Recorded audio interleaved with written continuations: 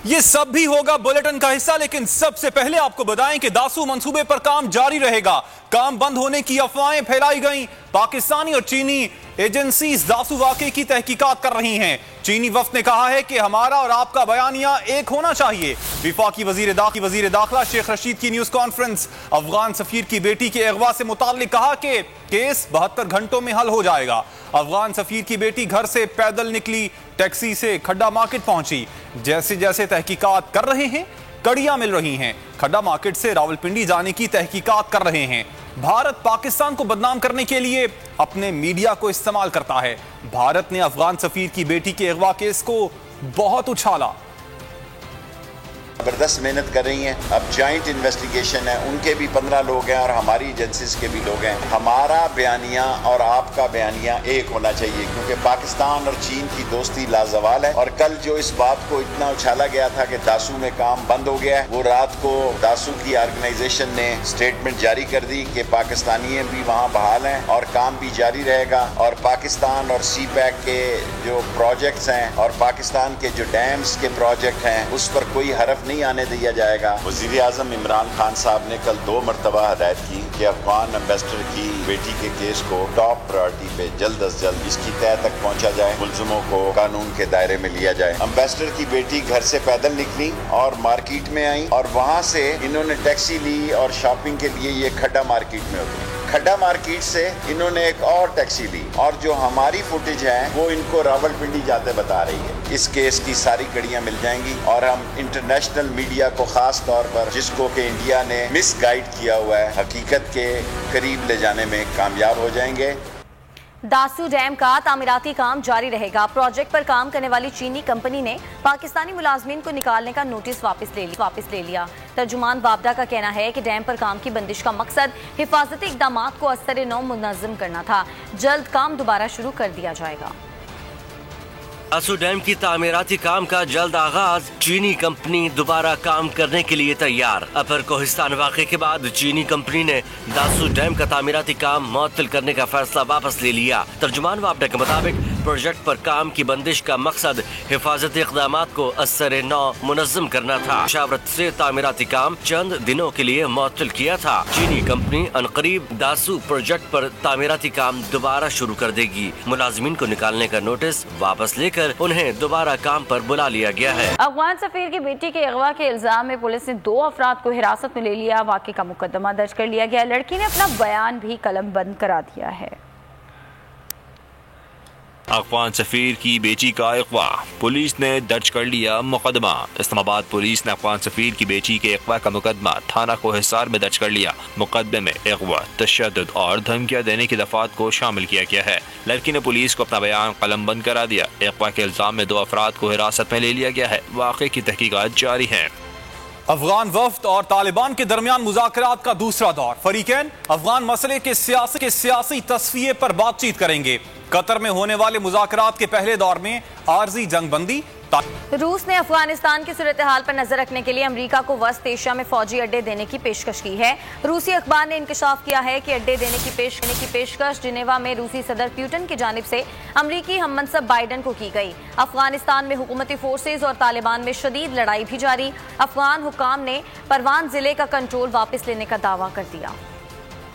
कायद इख्तलाफ शहबाज शरीफ ने मुल्क में सनतों और CNG के शोबे को गैस की फरहमी बंद करने पर तशवीश का इजहार किया है। बयान में उनका कहना था कि गैस और बिजली की लोड शेडिंग की बुनियादी वजह वजीर आजम और उनकी काबीना है। PTI की हवसदार का खमियाजा सनत और CNG सेक्टर्स भुगत रहे हैं। सनतों और CNG सेक्टर को गैस की फरहमी बंद होने पर शहबाज शरीफ पर हम बयान में उन्होंने कहा कि पहले गैस बहरान की वजह LNG टर्मिनल्स की बंदिश करार दी गई। अब गैस की इस बंदिश की क्या वजह है? उनका कहना था गैस और बिजली की लोड शेडिंग की बुनियादी वजह वज़ीर आज़म और इनकी काबीना है। शहबाज शरीफ ने कहा कि मुल्क में इजाफी बिजली मौजूद होने के बावजूद बिजली की बदतरीन लोड शेडिंग भी जारी है। नून लीग पर जरूरत से ज्यादा बिजली बनाने का PTI का इल्जाम झूठ निकला। हमने बिजली मुल्क की जरूरत के मुताबिक मुताबिक बनाए। शहबाज शरीफ ने मुतालबा किया कि हुकूमत बिजली और गैस बहरान पर कौमी असम्बली में बहस कराए ताकि मसले का हल निकाल कर आवाम को रिलीफ दिया जाए। आजाद जम्मू और कश्मीर कानून साज असम्बली के 33 हलकों में पोलिंग का पहला मरहला शुरू हो गया। इलेक्शन ड्यूटी पर मामूर 27,000 से जायद सरकारी मुलाजमीन हक के राय दही इस्तेमाल कर रहे हैं। रिटर्निंग ऑफिसर्स के दफातर को पोलिंग स्टेशन करार दिया गया है।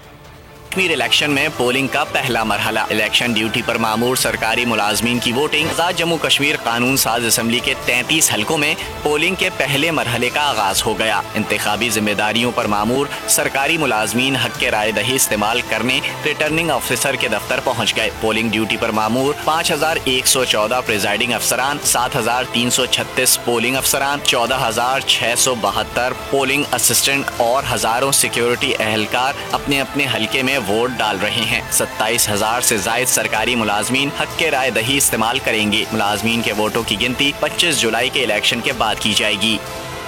वज़ीर-ए-आज़म के खिलाफ इंतखाबी खिलाफ वर्जियों पर कार्रवाई की जाए। तर्जुमान मुस्लिम लीग नून मरियम औरंगजेब ने chief election commissioner Azad Kashmir से मुतालबा कर दिया। कहा, गुज़िश्ता रोज कानून और इदारों को खातिर में न लाने का अमली मुजाहरा किया गया जिसको इलेक्शन कमीशन ने निकल जाने का हुक्म दिया। इमरान साहब हेलीकॉप्टर में साथ आए, पहले गाली गलोच ब्रिगेड को भेजा, नोट न चले तो गोली चलाई। वोट चोरी के हथकंडों का जवाब कश्मीरी डस्का के अवाम के अंदाज में देंगे। साजी कश्मीर में भी इमरान फोबिया में मुब्तला है। कैलेबरी क्वीन कश्मीरी आवाम को अपनी बदतरीन कारकर्दगी का बताएं। शहबाज गिल कहते हैं कि आवाम जानते हैं कि नाअहल लीग ने कैसे मईशत का बेड़ा गर्क किया। इमरान खान कश्मीर का सफीर है, कश्मीर को अपनी हकीकी हैसियत दिलवा कर ही रहेंगे। मुआवने खुसूसी ने कहा कि मियां मफरूर ने सिंध के डकैतों समेत अपनी शुगर मिल्स को अरबों की सब्सिडी दी। अवाम की जेबों से अरबों रुपए निकाले गए। इमरान खान ने डाके का सिलसिला शुगर रिपोर्ट पब्लिक करके रोका। मुर्तजा वहाब करप्ट और मुस्तरद शुदा हैं, बतौर एडमिनिस्ट्रेटर कराची तैनात नहीं होने देंगे। सिंध में तालीमी निजाम तबाह और खुलेआम नकल हो रही है और वजीर तालीम कश्मीर में नारे लगा रहे हैं। सिंध में अपोजिशन लीडर हलीम आदिल शेख की न्यूज ब्रीफिंग। कहा, सिंध से चोरी किया गया पैसा कश्मीर के इलेक्शन पर लग रहा है। जो भी कश्मीर जा रहा है बड़े बड़े बैग में पैसे भरकर लेकर जा रहा है। 13 साल में वजीर आला के जहाज को W11 और चिंची की तरह इस्तेमाल किया गया। कच्चे और पक्के के डाकुओं के खिलाफ रेंजर्स ऑपरेशन किया जाए। शहर जिसको 13 साल में पीपल्स पार्टी ने गंदे तरीन शहरों में शामिल कर दिया हो, आज उसको कहते हैं मरे पे 100 दुर्रे, उनको लगाने के लिए मुर्तजा वहाब साहब को बिल्कुल आखिरी कील ठोकने के लिए अगर उनको लगाने की हो तो ये कराची दुश्मनी है। तो मुर्तजा वहाब साहब को ये एडमिनिस्ट्रेटर लगाना चाह रहे थे, लेकिन उसमें फिर बात आ गई कि जी अगर आप अपने छोटे को वज़ीर यहाँ लगा सकते हो एडमिनिस्ट्रेटर, तो फिर हमारे बेटे को हैदराबाद में लगाओ। मुर्तजा वहाब साहब के लिए को हम नहीं लगने देंगे, चूँकि एक तकरीबन ये ट्रांजिशन का दौर है। यहाँ क्या नकल हो रही है, तालीमी निजाम तबाह हो गया है, पर्चियां चार पर्चा आउट हो रहा है और सईद गनी साहब कश्मीर में नारे लगाते हुए नजर आ रहे हैं। पूरे 13 साल में सिंध के वजीर आला साहब का जहाज जो बगैर वजीर आला के चला है उसकी तफसील मैंने निकलवाई है और मैं इंशाअल्लाह करीब आपके सामने पेश करूंगा कि पिछले 13 साल में इन्होंने सिंध के जहाज को, जो कि गवर्नेंस का जहाज और हेलीकॉप्टर है, उसको इन्होंने W11 बना के चलाया, उसको इन्होंने चिंची बना के चलाया।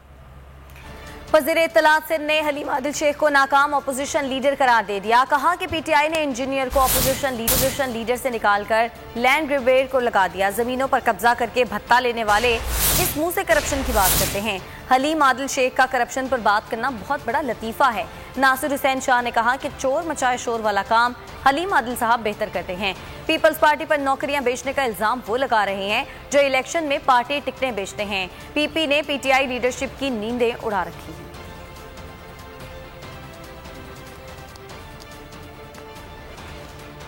कोरोना वायरस की बात करें तो भारतीय वेरिएंट डेल्टा का शहरियों का शिकार। कराची और लाहौर में डेल्टा का डर बढ़ने लगा। मुल्क में 24 घंटों में वबा के बायस 21 मरीज इंतकाल कर गए। 2607 में वायरस की तस्दीक हुई। LCOC के मुताबिक एक रोज में 48,816 कोरोना टेस्ट किए गए। मुस्बत केसेस की शरह 5.34% रही। तो वक्त कम, मुकाबला है सख्त। 2 दिन की दूरी पर है ईद कुर्बान। सुन्नत इब्राहिमी की पैरवी के लिए मुल्क भर की मवेशी मंडियों में रश बढ़ गया है।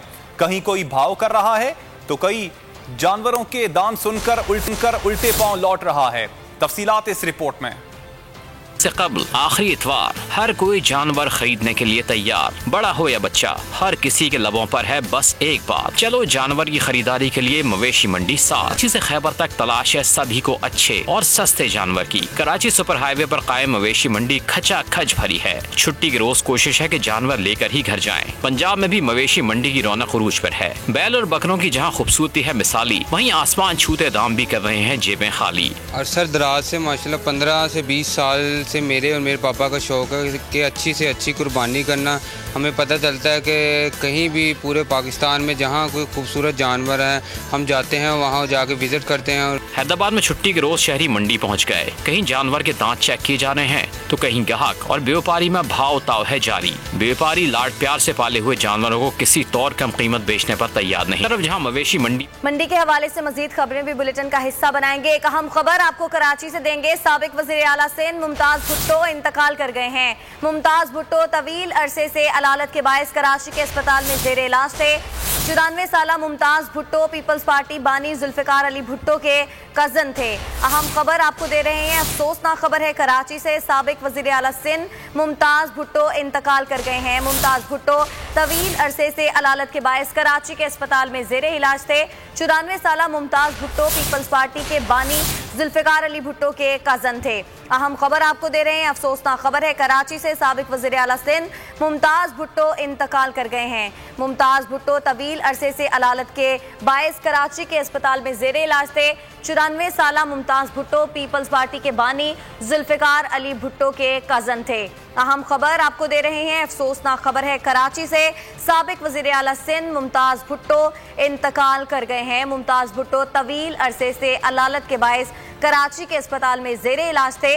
94 साला मुमताज भुट्टो पीपल्स पार्टी के बानी जुल्फिकार अली भुट्टो के कजन भी थे। अहम खबर आपको दे रहे हैं कराची से।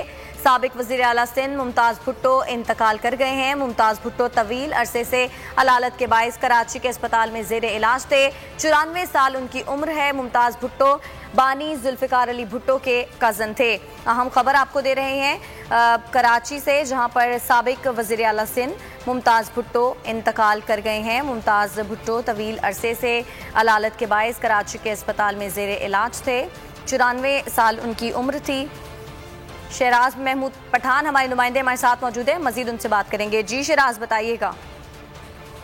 जी, ये शहीद जुल्फिकार अली भुट्टो के फर्स्ट कजन हैं और साबिक गवर्नर सिंध मुमताज अली भुट्टो 94 बरस की उम्र में जो है वो काफी अलीम थे और साउथ सिटी कराची हॉस्पिटल में जो है जेर इलाज थे।